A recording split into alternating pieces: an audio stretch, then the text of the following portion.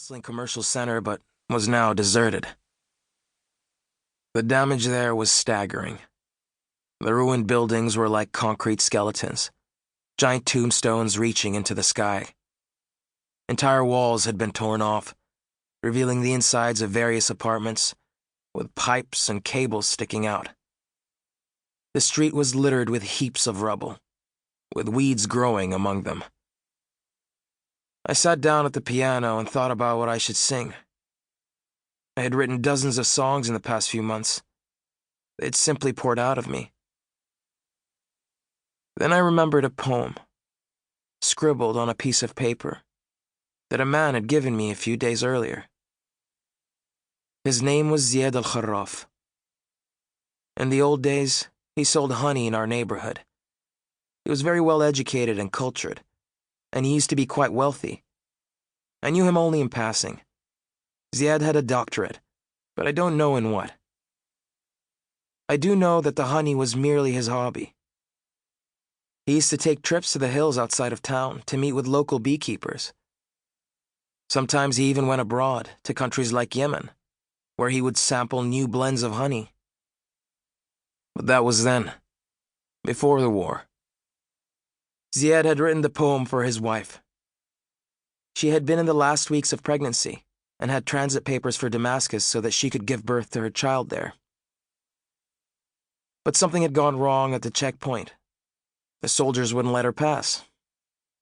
Apparently, some bureaucrat had misspelled her name. She had to spend hours waiting while they tried to correct the error. When it became too much for her, she collapsed and fell onto her stomach. She died on her way to the clinic. The baby survived. Ziad had loved his wife more than anything. It wasn't an arranged marriage. They had married for love. His wife had been his best friend. They had 3 daughters. Their new baby was their first son. As the photographer was setting up his camera, a woman appeared carrying a tray. She had decided to make coffee for us, using the last bit she had, which she had saved for a special occasion. She wanted to share it with us and listen to the music. "What you're doing is very important," she said, pouring me a cup. I smiled at her with immense gratitude, savoring the wonderfully bitter taste of the coffee.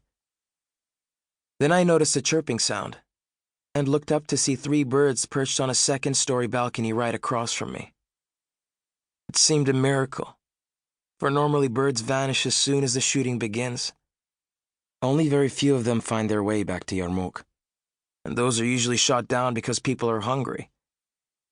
When I began to play, the 3 birds started singing again. Everything came together for me. The chirping of birds, which I hadn't heard in so many months. The aroma of the coffee, which I had been longing for. The rage born out of hunger. My aching eye where my son had poked me. The lingering taste of cinnamon. My exhaustion from getting water that morning. And the haunted gaze of Ziad al-Kharraf when he'd asked me to make his poem into a song. Ziad's pain, the starving children of Yarmouk, and my brother's disappearance were all tearing at my heart. I was angry that the piano was out of tune, angry at my wounded hand. Closing my eyes, I began to sing, pouring all my despair into Ziad's poem. My song became a cry, the cry of a man plunging into an abyss and giving voice to his descent into hell. I forgot my name. I have lost my name, its letters and its meaning. I have lost the words that I need to sing my song. That was when Niraz must have snapped the picture. Today people sometimes ask me, "When you lived in that Palestinian camp, what color was your tent?" Although Yarmouk was officially a refugee camp, it was in fact a real neighborhood with real buildings.